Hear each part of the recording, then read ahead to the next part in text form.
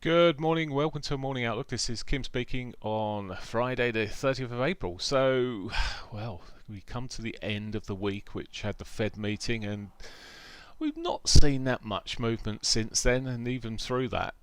Yesterday ended up with a doji candle on the euro there, and well, it's pitching off a little south at the moment, and it may have some more downside. We'll see how it fares. Now, before I look at that news today, well, before I say news today, there's options expiring today in the on the euro at 121. We got about 2 billion worth.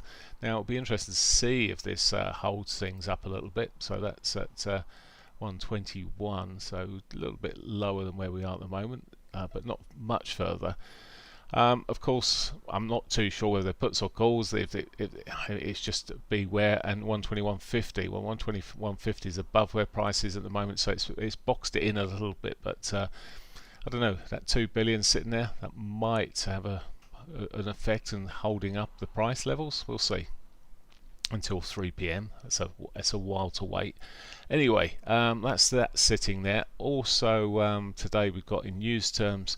So from a risk point of view, we've got the German prelim GDP at 9 o'clock, and 1:30 we've got the monthly GDP from Canada. That seems to have less effect on the markets. It's a monthly figure, it's a bit ridden out, but the European data there, well, I'll say European, the German data, might give a little bit of a buzz. Expected to come in at minus 1.5. Of course, there's a sort of second lockdown in Germany, and also for a lot of manufacturers, shortages of things, in particular chips. So we'll see what happens there. But as I say, that's expected to drop off a little bit. Right, let's get on and look at the technicals then, and just see what we've got technically. We've got as I say, we've got that doji. It does look soft on the euro. It sort of had a bit of a lower high come through, but when we pitched back up a little bit yesterday afternoon, evening, selling off at this moment. As I said, it really depends on how things hold up with that 121 area in terms of options, and 121.50. So we should just not that far above. Well, a little way above, near the highs. So it is locked in at the moment. Okay, the pound. So the pound, well, yesterday shooting star, really soft, really small all day, very little movement, very low volatility, and it's, well, looking like it's going to go nowhere at this stage. It really is a mess. Try and draw anything from that. Well, I guess it's for the upside, the line in the sand is there, and for the downside, well, we're pretty close to it. Maybe a break of this 50. We're sitting around these prior lows here. I'm putting this on an existing candle, I realise, but I've probably drawn that. It should be something like that. There we go, somewhere along those lines. But we're sitting on the sort of a key point here. Break lower could see us running further. Dolly Yen. Bullish engulfing yesterday. Today sold off a little bit at the moment. I'm long on the Dolly Yen now, but we'll see how long for. It's chopping around here, bit of divergence on the 4 hourlies into the yen, making it look a little ugly. And well, we're seeing maybe a further downside showing on the hourlies here at the moment. The potential, at least, it's sort of lower highs coming through there at this stage. A break of that prior low there could see us coming off some more. It shouldn't affect me too much, but yet. But it started so well yesterday. But anyway, it's a long-term position. I'm not really bothered about that aside now. Okay, so that's Dolly Yen. Aussie Dollar. Aussie Dollar consolidation continues. It's so difficult. It's probably easier when you come down to the 4 hourlies. You can see these sort of ranges, but from a daily picture, it's really consolidated. We've got the consolidation sitting with us at the moment, and once again, all I can do here is pop on a trend line.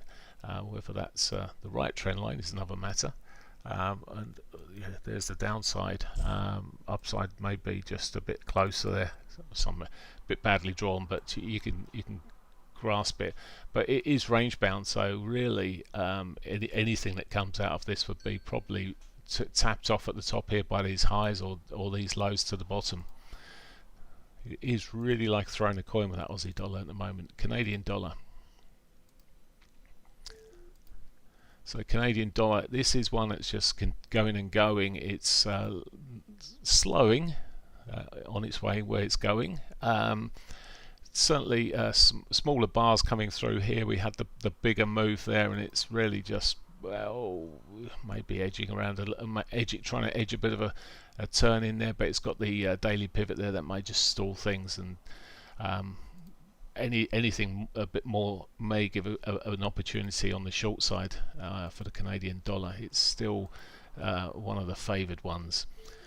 New Zealand dollar, I'm not so sure why I just came onto this morning, because it's actually outperforming the Aussie, and the Aussie New Zealand dollar might be giving us a bit better trend now. I'm just looking at what's going on here. It's still managing its higher highs, higher lows with this. It's very consolidated where it's sitting at the moment.